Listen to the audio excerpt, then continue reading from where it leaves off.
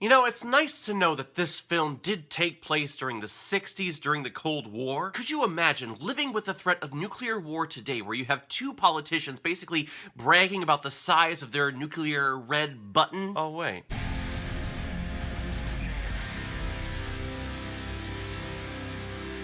Dr. Strangelove, or How I Learned to Stop Worrying and Love the Bomb, released in 1964 and is directed by Stanley Kubrick, who is behind such films like Eyes Wide Shut, Spartacus, The Shining, 2001: A Space Odyssey, and A Clockwork Orange. The film stars Peter Sellers, George C. Scott, Sterling Hayden, Keaton Wynn, Slim Pickens, and a young James Earl Jones. It is the Cold War time, which means that the United States and Russia are butting heads over who has the bigger stick than the other guy. And the US has several B-52 bomber planes who are constantly flying overhead ready to carry out an order to drop a nuclear bomb. Well, they are finally given the order by a rogue US general, and the plane goes on radio silence. And the rest of the film follows the President of the United States trying to contact the plane before the strike, which, if the bomb does hit, it will ignite the Russians' doomsday device that will kill the majority of the Earth's population. But there's no need to worry. As we all know, the Cold War ended when Rocky Balboa went over to Russia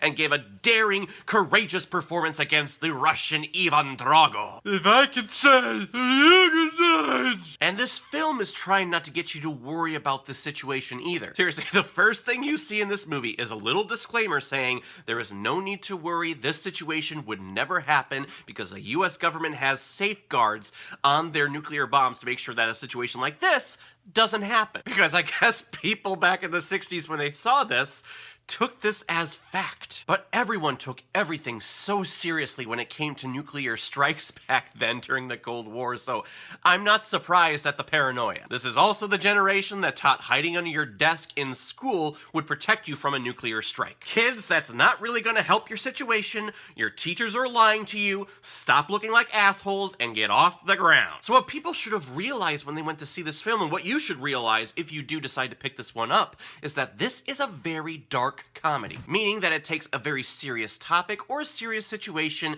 and it attempts to look at the humorous side of said situation. What these characters are dealing with in this film are extremely serious problems. But when you're talking about situations like this and you're just an ordinary citizen, you have to realize that really, you have no power in a situation like this. You should realize that the situation is out of your hands, and for me, when I'm not in control or when I'm not making the decisions, I kind of just sit back and I try to look at the humorous side of it because what else do I have to lose? I would try to spend the last moments that I had on Earth with a smile on my face and trying to laugh at something than, crying or screaming in agony because I'm so scared. So I strongly recommend, if you watch this film, to try to find the humor in the threat of nuclear holocaust. And getting into the performances of this film, this is really the Peter Sellers and George C. Scott show. Their stamp is all over this. In particular, Peter Sellers, because he plays three different lead roles in this film: British Captain Mandrake, President Merkin Muffy, and the title character Dr. Strange. And the character Dr. Strange is really based on several different German scientists of the time, and the dude was giving me serious Young Frankenstein vibes with the fake hand that he had. But he also had fake legs, and then the weird accent. It was hilarious. Ein Führer! I can walk! And his British character, Mandrake, is just so charming to watch. His accent is great.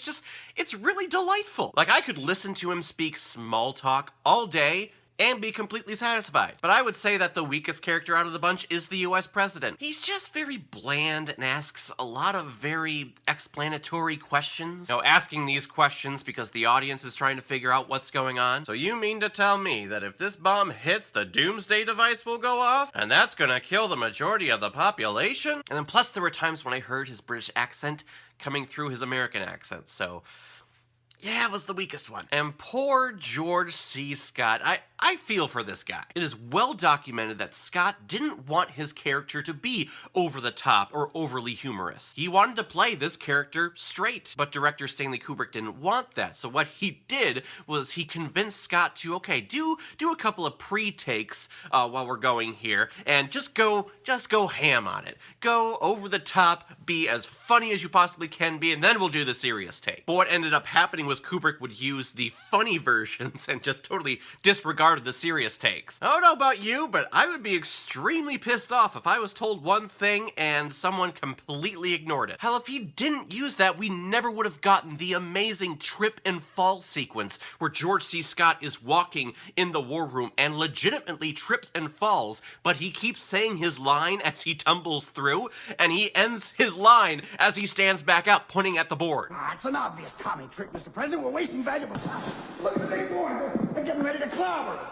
Just awesome little things like that. Yeah, why wouldn't you use that? I feel like I'm convincing myself of the other thing now. But after this film, George C. Scott never wanted to work with director Stanley Kubrick again, so I completely understand that viewpoint. And I love how much symbolism you can find in this film when it circles around the paranoia of the Cold War at the time. And the first thing, of course, is the use of black and white. That's how the world was back then. Back then, you were either a capitalist or you were a communist. There was no room in the middle, which, thinking about it, that's a very scary mindset to have, especially when you're running a country. And this film does a great job of showcasing the elephant that's in the room, and that is the overbearing, chauvinistic mindsets of all of the politicians. I meant it when I said that this film was about two different countries measuring the size of their stick. Of course, when I say stick, I mean penis! And it's also about making sure that the ones with the penises are the ones in power, especially over those creatures with those little silly things between their legs called vaginas. It's stated in the film that when the doomsday device goes off, majority of the planet's population is going to be killed off,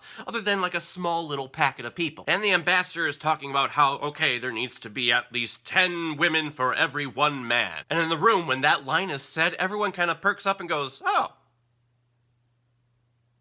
that's not so bad. Not the right mindset to have when you're running a country. So guys, in the end, Dr. Strangelove is a really great satirical look at a very dark time in our history. Power-hungry men standing over their destruct buttons just to see who's gonna flinch first. They're trying to prevent nuclear war, but they're also kind of trying to start it too. And I definitely recommend watching this film. It doesn't waste any time. It's only an hour and a half long, and it's hysterical with its use of dry, witty humor. So I'm gonna give Dr. Strangelove, or How I Learned to Stop Worrying and Love the Bomb, 5 out of 5 Blu-rays. All right, let's get it.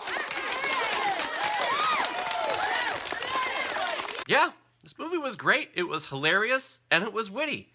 I was completely entertained. All right, everyone, we have made it. We have made it to the final countdown to episode 100 of Caleb Watches Movies. You probably heard me say in the past couple of weeks that I'm building up to a Journey to episode 100 and Beyond series. So what I did is I found a 30 movies a day listing. I answered each of the questions, so each episode now until episode 100 is going to be the answer that I have to each of those questions. And the first one up, episode 71 next time, is going to be on my least favorite film. But I don't want to spoil it for you. You'll just have to tune in next time. I will give you a hint though, so if you'd like, go on to my Facebook page, Caleb Watches Movies, and make your guesses there, and maybe I'll lead you in the right direction. Alright, so your hint for episode 71, my least favorite film, your clue is vampires.